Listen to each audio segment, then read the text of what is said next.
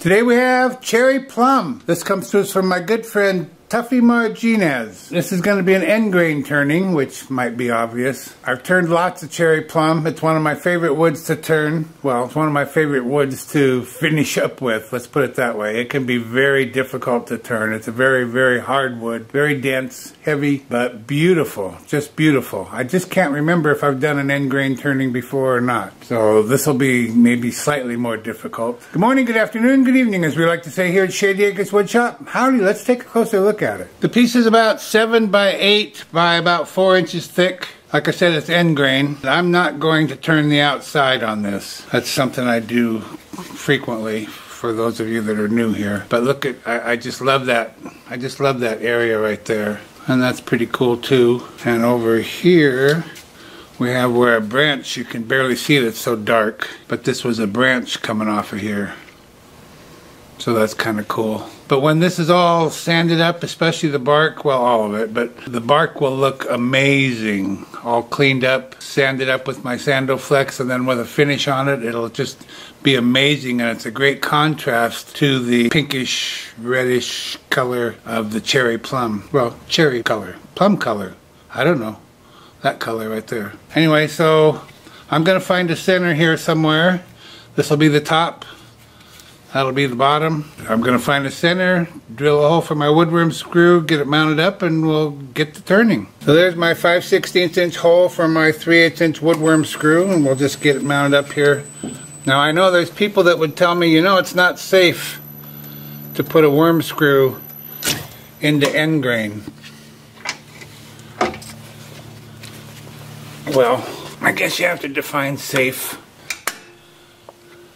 I've been successful many, many times, and a couple of times I haven't been successful at it. When the grain is this tight as it is, this dense, that's not going to come off of there. I did make a little error, so I've just returned from the drill press. I moved my hole over about 1/2 inch because I turned this on while the camera was off to see how in balance it was, and it was not at all. So let's see how we did this time.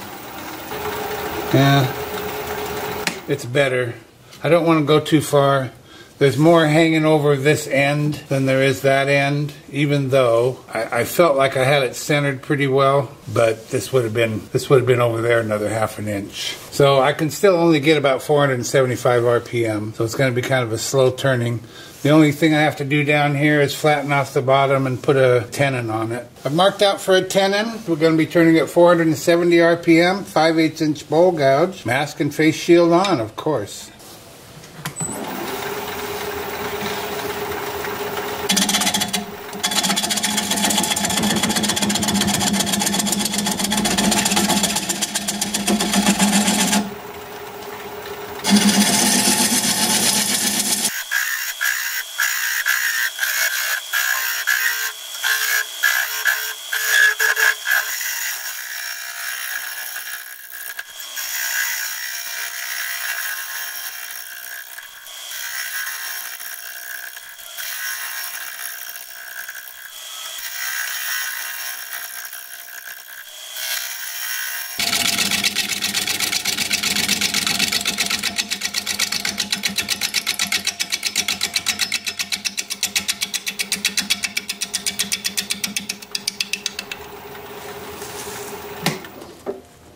What I'm trying to do is taper this. This is going to be a little base for it to set on. So I'm trying to taper this up just a little bit so it sets up off of the table. And it looks like I've got about the right size going on there. Oh, and then, look at this.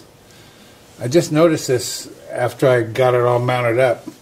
That hole goes up in there quite a little ways, probably at least 1/2 inch. We might have to have kind of a thick bottom, or else we're going to have a hole in the bottom of the bowl, one or the other.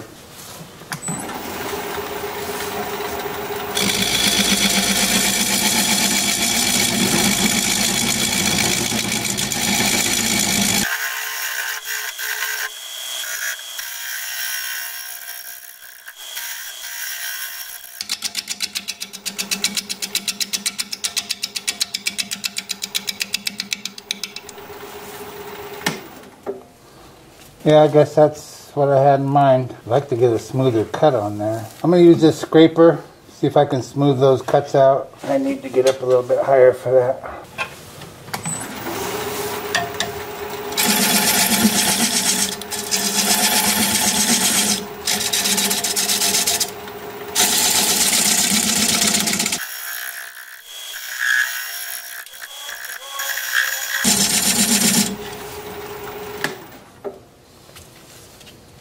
Yeah, that's better. Yeah, that's a lot better. Now I'm going to use this diamond point tool to square up the sides of the tenon.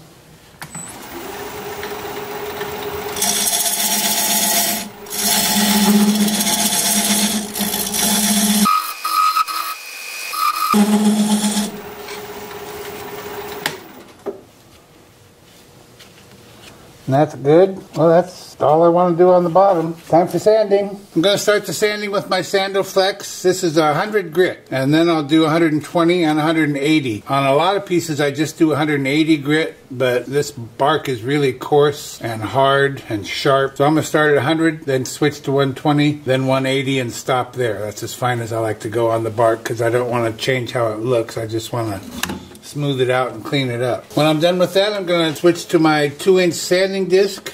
This is 80 grit. I'll have the lathe spinning in reverse for that at 350 RPM, and I'll show you what that looks like as soon as I get my mask on.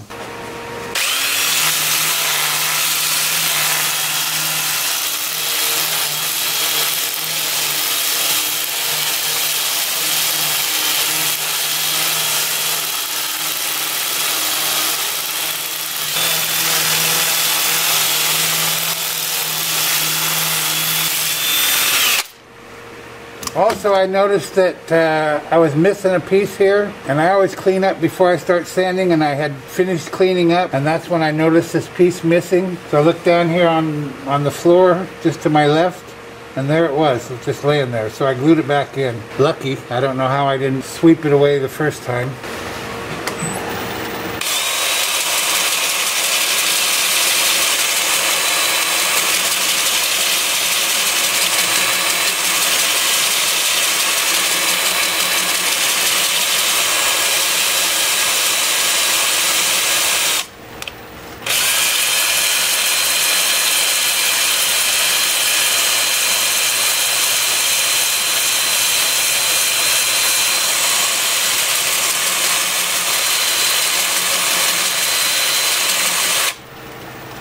So that's what I'll be doing for a while. I'll bring you back here in a bit, and we'll put, I think, sanding sealer on there. See you in a bit. Sanding sealer it is. The obvious choice, I think. This might not look particularly smooth. It's just the way the wood is. And I love this wood. I just love it. It's got a lot of areas, I don't even know how to describe them. Yeah, I don't know how to describe them. Like here you got some dark grain for some reason. I don't know why. The grain kind of goes in different directions, but it's going to look amazing. I got to hurry up here. The sun is setting, and I forgot to turn the light on. Hope I can find my way home. And of course, I'm going to have to brush a lot of this. So we'll start in here.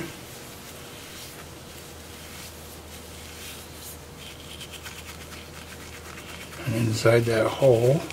And then of course I have to brush all the bark. And that bark is going to make a big difference in the appearance of this piece. And then I always like to come behind the brush with fresh sealer on my rag to wipe up any brush marks or runs or whatever might have occurred.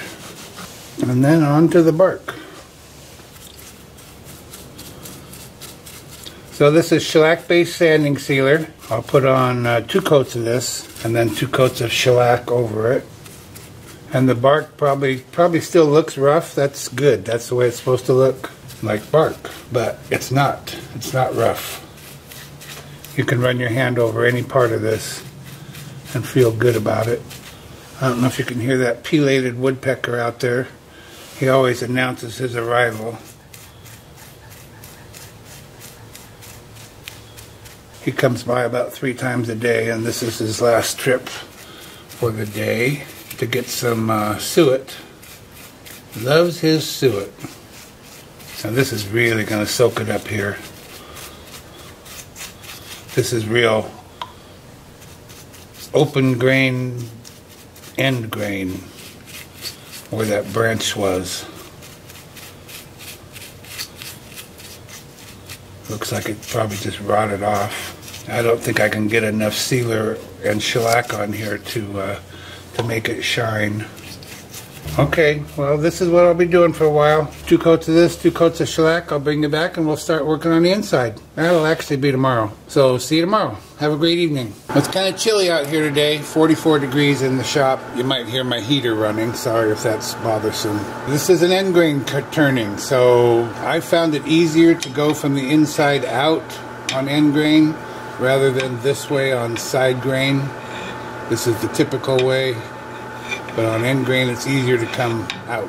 I got a pretty nice finish on the outside. I might put a little more on, like this area here. I told you it wouldn't shine up like the rest of it, and it doesn't. And right here as well. So I might put a little more finish on there. I'm not sure it's going to do any good, but I'll try. We're going to be turning at 620 RPM, 5/8 inch bowl gouge, freshly sharpened by the way. Mask and face shield on.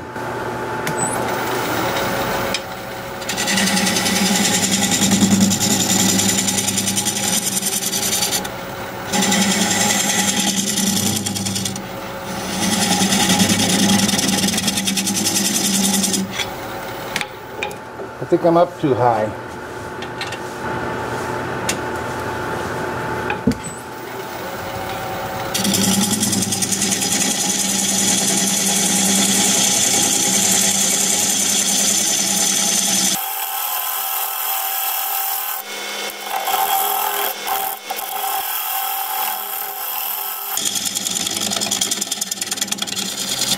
Oh yeah, plus I gotta check where I am here. I might run off this side here a little bit. That'll be okay, as long as I don't go any lower than this right here.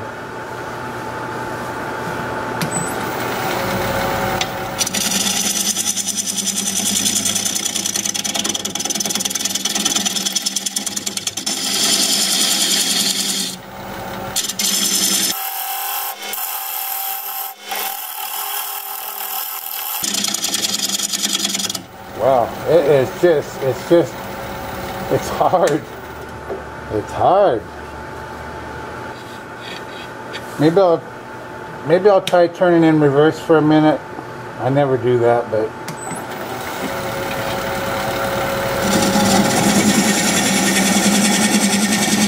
might be easier to push than pull.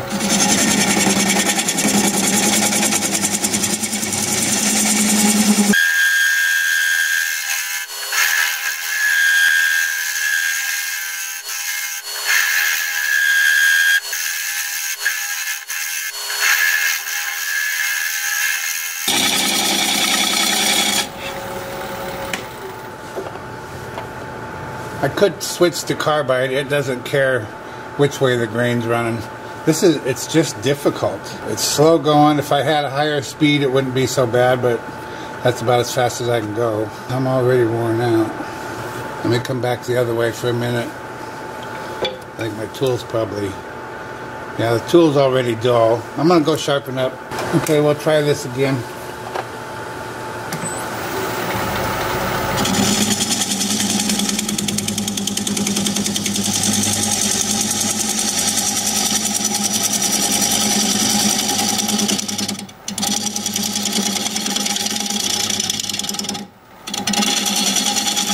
Wow.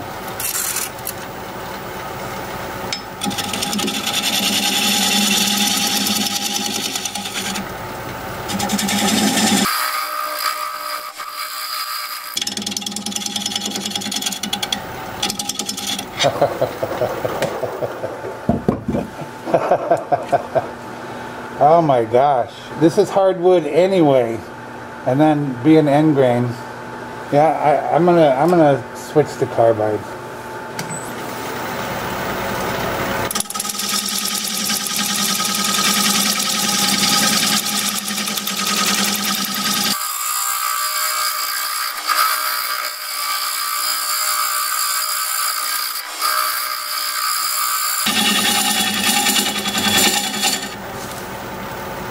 Well, that's not a heck of a lot better. My gosh. This is I hardly ever use this tool. It's a Rikon set that I bought. I only bought it because it was half price. Maybe now I know why. That looks like, I don't know, about a 7/16 cutter. If I change to my little hollowing tool, I have no doubt that will be very effective. It's a smaller cut, but this, you could see this wasn't taking anything off either. I'm gonna try the small one, I guess.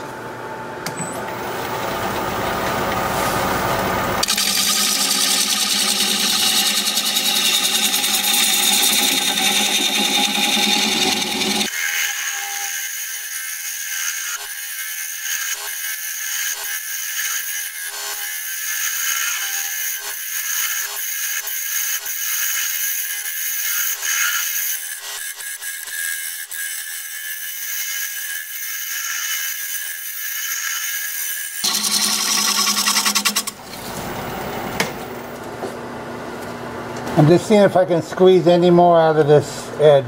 I really don't want that to go away. I kind of like that little knot on the end there. But I can come a little bit further.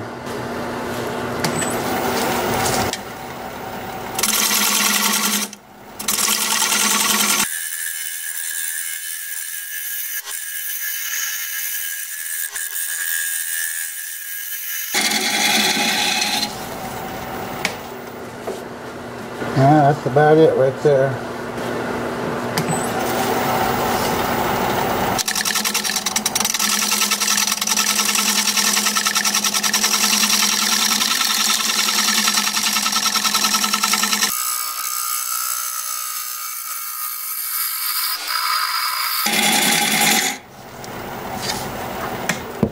I forgot to adjust the height for this new smaller cutter.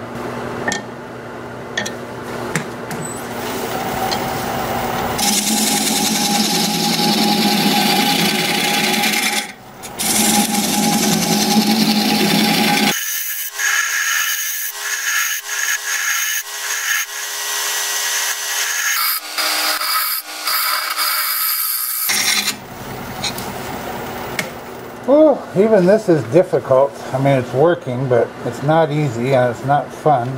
Oh yeah, that hole. Let me find that hole that's on the bottom right there. If I get up inside of it, I have about 3/4 of an inch to the bottom of that hole, and to the bottom of the bowl, I have about 1.5 inches. I could go almost 3/4 of an inch more. That'll give us a 3/4 inch bottom, but no hole in the bottom, and that's a good thing. I guess it doesn't, the wall thickness is huge anyway, at least here and here, so I guess a thick bottom doesn't matter too much.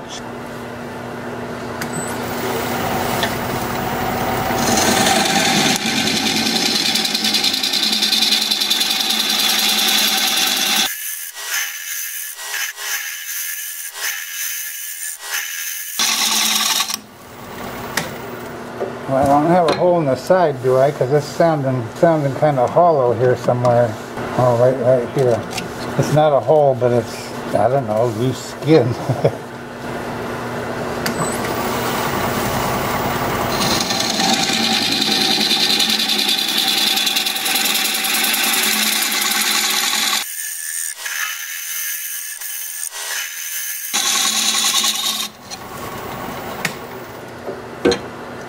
Yeah, see, it's a funny sound coming out of right here. Yeah, this is real thin. This is kind of separate from that. This is a branch coming up here, and it's solid. And then right here, this is much thinner, kind of like the skin on the branch, kind of like the bark on the branch, and so it sounds funny. Well, let's see. I don't really know that I'm getting to the bottom of that hole either. I can't really see it. I'm just sticking the other leg of this inside of it and hoping I'm at the bottom of it. Right now we're down to about 1/2 inch. Oh, it kind of lines up with this knot down here. Yeah, it does. It lines up with that. That'd be awful if I went through the bottom. That whole knot might fall out of there.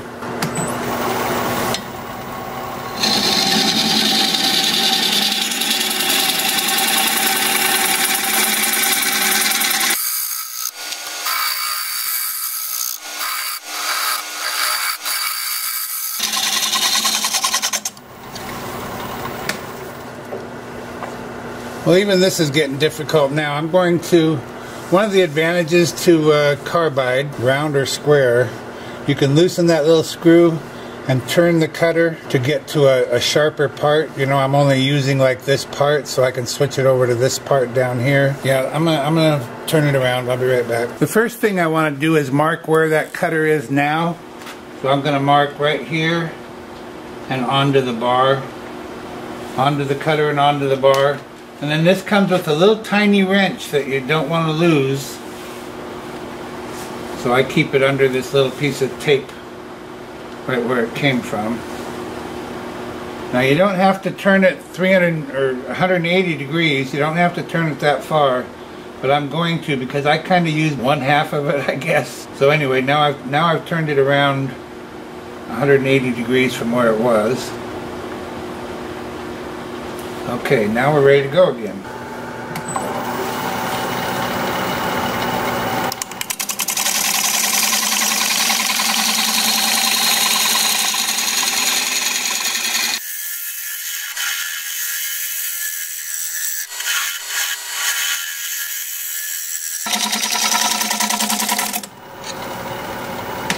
I better measure the bottom of that hole again.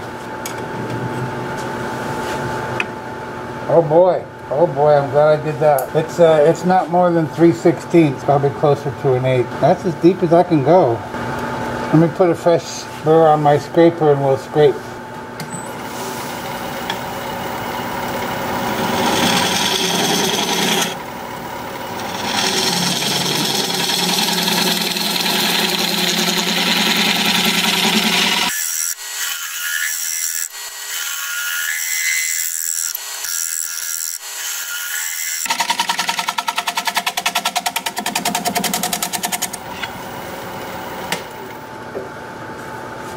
Well, that did pretty good.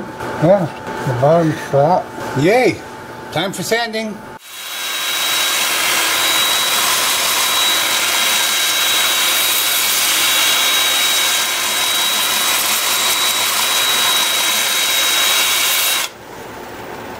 I've got the piece spinning forward at 340 RPM. I'm starting with an 80 grit disc. I'm going to work up through 400. I'll bring you back here in a bit and we'll put some sanding sealer on there. See you in a bit.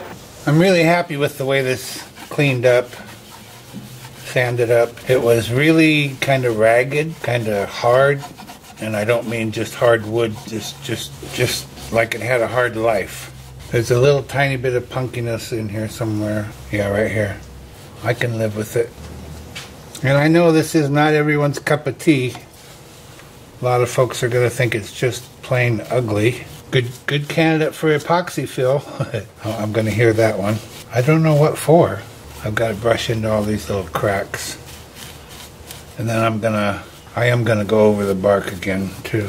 I wish you could have felt the before and the after. An amazing transformation. It was just rough. And now it looks pretty dang good to me. I think that'll clean up or shine up, polish up very well. I'll bring you back here in a bit and we will take the tenon off. See you in a bit. I've mounted a block of wood up in my chuck. I'm going to place a second non-slip cloth over that and bring up the bowl and bring up my tailstock. I still have the center hole there for reference, so I can just drive my live center right into that. Apply a little pressure, bring up my tool rest. Anytime you're dealing with an end grain tenon and removing it like this, you need to be careful because that end grain often wants to give way just before you're ready for it to. Spin the piece up, see if it's running true. True enough. Turn the speed up to about 550. Grab a 3/8 inch bowl gouge and commence removing that tenon.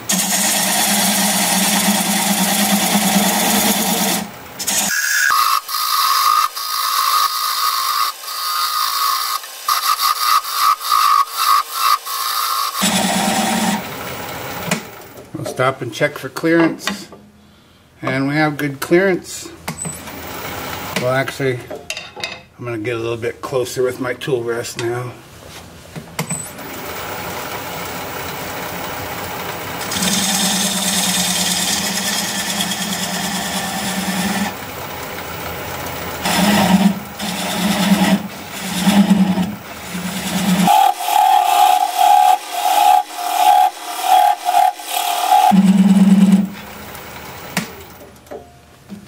And now I'm going to get even closer and higher. And I'm going to switch to a 3/8 inch swept back bowl gouge. And I'm going to turn the speed down to about 300 RPM.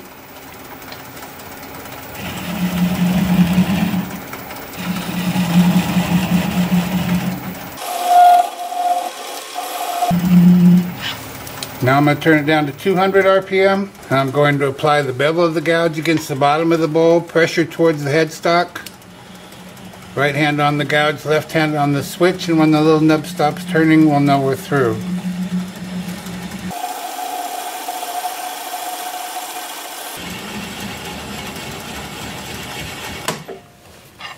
Like that.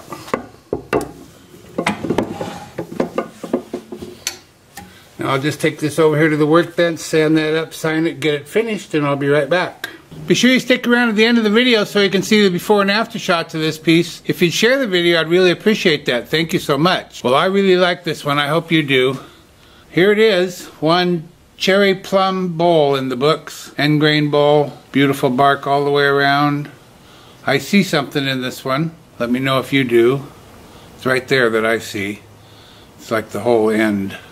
Kind of like that maybe. That's where a branch came off of there. I'm sure it was pruned off at some point in time. And here as well. And then you got that little tiny branch poking out up here. There's the bottom all finished up. Cherry plum. I don't see anything on the bottom. You might. Then the inside.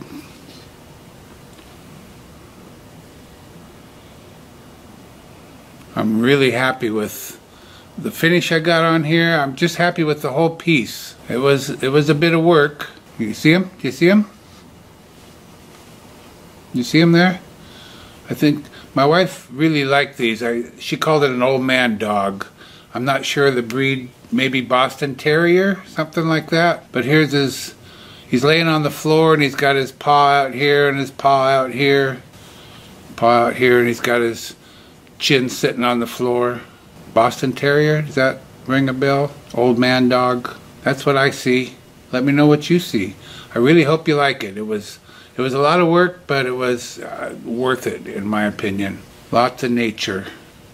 Thank you, Tuffy Marginas, for sending this along for all to enjoy. If you like this video, thumbs up please. I'd sure appreciate it. If you're a subscriber, thank you very kindly. I truly appreciate that. I also appreciate that you took some of your time to spend with me today. It means a lot to me. I'm looking forward to your comments. So for now, this is Phil, Shady Acres Woodshop, signing off.